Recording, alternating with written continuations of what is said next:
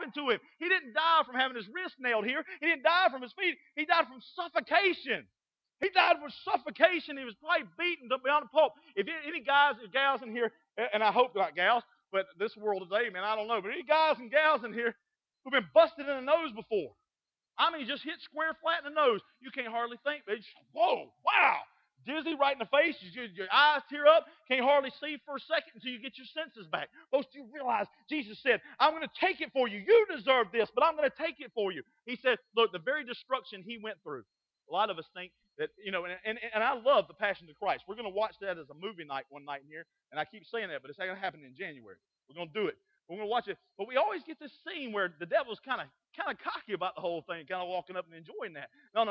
That's not, the devil didn't walk Jesus to the cross. God did. His Father walked him to the cross. And folks, but let's be very careful here. Isaiah said it pleased the Father to bruise him. Now, wait a second. That's what Isaiah says. It says that when Jesus was being bruised, when he was being beaten, when he was being hurt, when he was being slapped, when he was being ridiculed, when all that was happening to him, it pleased the Father. That's what Isaiah tells you, friends, is what it tells you. Why does it please him? It's tough. Listen, I know this is beyond comprehension, but the Bible says that. Why did it please him? Because finally God had a control on sin. He was about to break the bonds of sin. And he said, somebody's got to pay. And it's either going to be Ryan or it's going to be my son. So then we say, what in the world? You've got Madonna. Madonna runs around and she has these concerts and such, and she gets herself on a mock crucifix in every performance. She gets herself up on it, and then she claims it's no big deal. It's just like a picture of Jesus up there. She's singing about trash, but she gets on a cross and she pretends to personify Christ up on the cross. That she's always ridiculed and she's always taken down. The world does that to us all the time. People make decisions based on what they want to do. Let me ask you a question. If someone were to say, "You want world peace?" I mean, all of us know that's impossible. But what would you do for world peace? I mean, everybody would say, "Sure." I mean, if it were actually possible without Christ, just coming back, then yeah, we would want world peace. But what if they said this, Scott? What if they said to Scott, they say, yeah, you can have world peace, but what you're going to have to do is you're going to have to bring Kylie, his daughter, you're going to have to bring Kylie up to just bring them up to Washington, D.C. And when you bring up to Washington, D.C., we're going to beat the daylights out of her. You got to bring her now, and don't be bringing her all sad and stuff. You just need to bring her excited and in return, you're going to have world peace. I mean, he's guaranteed. I'm not talking about he has to think, there's never going to be it. I'm talking about there's guaranteed world peace. Nobody ever suffer anymore. And he's got to bring Kylie. He said, you're going to bring Kylie up there, and Kylie's got to come up there, and she's 13 years old. She's turning 13 this month. Is she already 13? Not yet. A couple more days, she'll be 13. 13 years old. We're going to beat the daylights out of her. We're not only going to beat her, we're going to bring blood. She's going to be losing so much blood that we can guarantee she could probably die from that. But after that, we're going to nail her to pieces of wood, and we're going to set her up in front of the whole world, and she's going to die for everybody else to have world peace. Scott's not going to do it. Ryan's not going to do it. Sorry. I don't know. I'm not going to do it. But you see what God did? God not only said, okay, but he convinced the Son to say, okay, he convinced himself, I'm going to go. I'm going to take on the form of man, and I'm going to do it myself.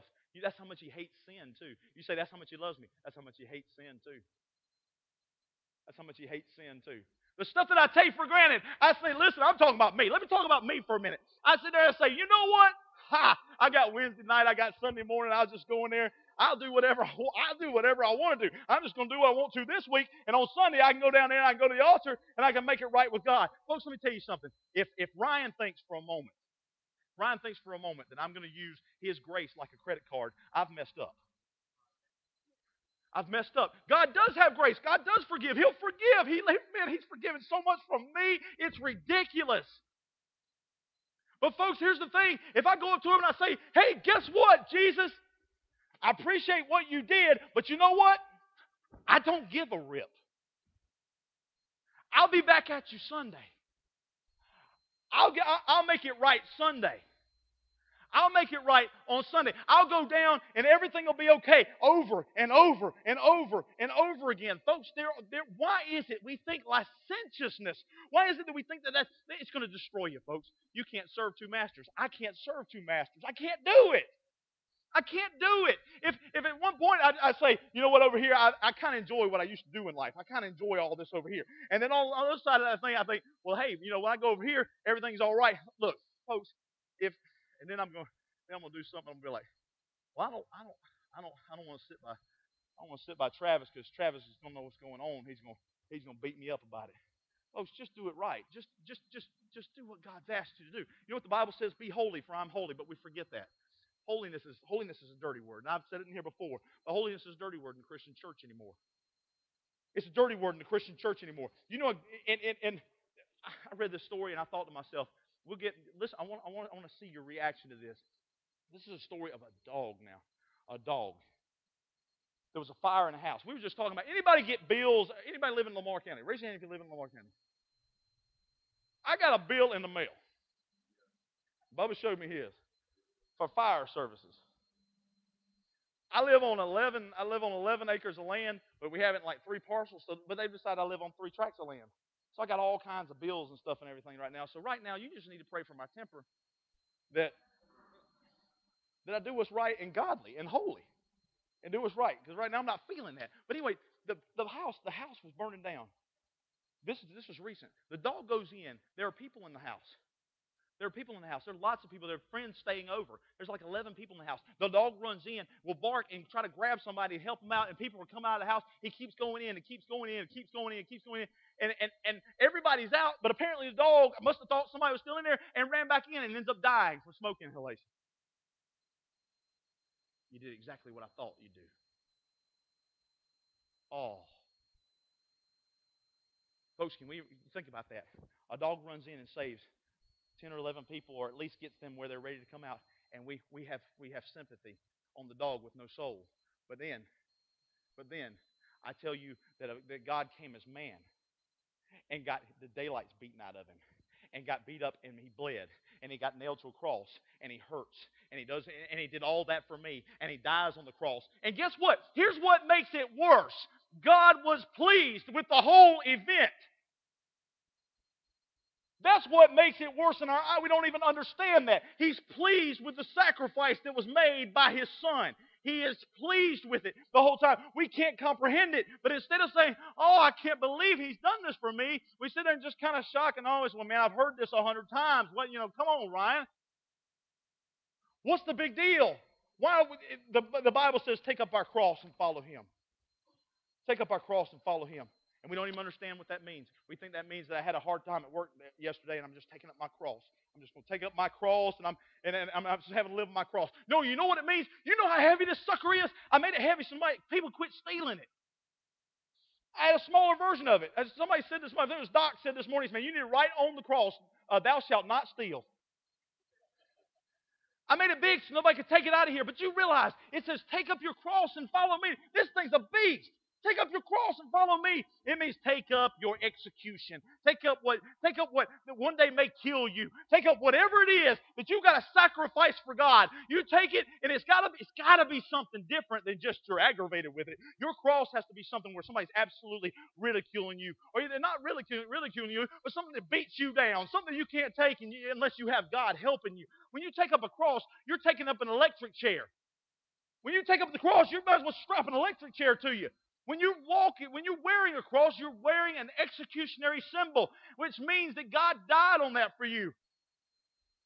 It's a lot more than just a fashion statement. It's a lot more than just a fashion statement. Yes, the Assyrians were evil. But folks, listen. You've got Jesus here, and they've beaten him. They've absolutely beaten him. They've beaten him down. They bent him over. They're hitting his back. They're laughing. They're punching him. You know what they're saying to him? You're not the Son of God. If you were the Son of God, basically paraphrasing, if you were the Son of God, you'd do something to us. You idiot. He's hitting them. He's doing all these things to him.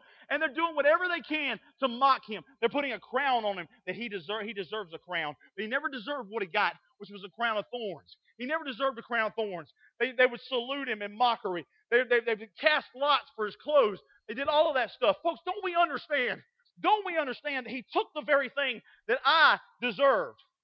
But then we'll take it and we'll take the gospel and we'll reduce the gospel. We'll reduce the gospel to, hey, you're feeling down today. Why don't you fill up today? And just go on and be friends with Jesus. Why don't you just be friends with Jesus? Why don't you be homeboys with Jesus? Why don't you hang out? Why don't you, your bros, your cousins, you're hanging out, you're doing these things. We don't even realize what he's done. We don't even realize what we've taken on. We don't even realize the sacrifice he's done for us. We don't even realize we don't even realize that listen, how come we're not clinging to the cross? How come we're not like this all the time? Like, God, I'm not going to make it without you. Why aren't we clinging to it? I can't make it without Jesus. I'll go ahead and tell you. I can't do it. The life I live right now, sometimes I just sit there, and if I don't go outside and just spend some time with Jesus by myself, I don't know what I do. Why am I not clinging to this? You know what Jesus said? Jesus said, Tetelestai, it is finished. That's like a deed. When you write into a contract, it's finished. I've done it. I've got it. Do you realize what the devil was probably doing? He didn't want those words to come out. If he could do anything to stop him, he probably would. I mean, they shoved vinegar at him. They're trying to give him vinegar and stuff in his face and things. Anything to keep the words from coming out of his mouth that it's finished. It is finished. It is finished. It is finished. When it came out of his mouth, the devil knew he was toast. When it came out of his mouth, the devil knew it was over. When it came out of his mouth, it is finished. He knew this was the end for him coming. The devil has absolutely convinced himself. The devil has absolutely convinced himself that it's going to go on and on forever. But the Bible teaches us very clearly that it's not going to go on forever for him. It's not going to go on forever for him. It says, I've been about my Father's business. When he said that, when they were asking him, where have you been? He was 12 years old. They couldn't find Jesus. Mary and Joseph couldn't find Jesus. They said, where have you been? He said, I've been about my Father's business. Well, he finished his Father's business when he was on the cross. And he laid up there and he suffered. Do we realize the wrath of God? He said, I am taking on my Father's wrath. It was just not a point of being beaten physically. He was feeling the wrath of God. He was feeling Noah's flood. He was feeling Sodom's fire. He was feeling the wrath of God at every moment, at every turn. Whenever he opened his eyes and blood was getting in his eyes and it was sting, whenever the sweat would get into his eyes, whenever that lashes would go across his back, whenever he get knocked to his knees, whenever he was bleeding from the side, whenever he was doing any of that, he was suffering the wrath of the Father for me and for you. And so we sit and we wonder. Folks, he borrowed a lot of things. Jesus borrowed a lot of things. He borrowed a bed for his head. He borrowed a bed for his head. He didn't have any of that. He didn't have a soft bed. I can go home. I got a little 2-inch. I love this thing. It's a little 2-inch little memory foam thing. I can't afford a big old memory foam thing, but it's about 2 inches like this. I go home and I can relax in that bed. Jesus didn't have a bed. Most of the time he'd sleep out on the dirt and stuff, or with the disciples, and they'd have things for pillows. If somebody brought them, they had them, things like that. He didn't have a bed. He had to borrow it, folks. He had to borrow a donkey to ride. He didn't have 3 cars sitting out there and blaming God because you didn't have 4. He didn't have that sitting out in the garage. He didn't have that. He had to borrow a donkey. He had to borrow bread for a crowd. There's a kid walking up with bread. He had to borrow it from him and say, "Hey, check this out. I'm gonna perform a miracle." He had to borrow that when my refrigerator's got food in it. And if yours doesn't, we can get it there. Folks, this is the thing. He had to borrow bread. He had to borrow dishes for fish. Whenever he had to go to other people's houses and eat. He had to walk into their house and eat. He didn't have the luxury of having a home of his own. That so many people think that's what I got to have. I got to have a home of my own. I got to have all this. I got to have a car of my own, home of my own, the 3 kids, the wife, the husband, whatever it is. And you just sit there and you say, I got to have all that. He didn't have all that. He didn't have a boat to sit in. Whenever he went out, it was somebody else's boat. He went out there. He didn't have a boat to sit in. He had to sit in somebody else's boat and teach sometimes. You know, he got in a boat one time just to get away from people. I mean, it had been so many people pressing on him. He was like, whoa, whoa, whoa, whoa. He got out there and he got away. He didn't even have room for a tomb. He had to borrow a tomb to lay in. But folks, guess what? I want you to think of something. The cross was all his. The cross was all his.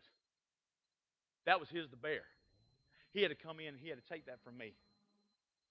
He had to die for me.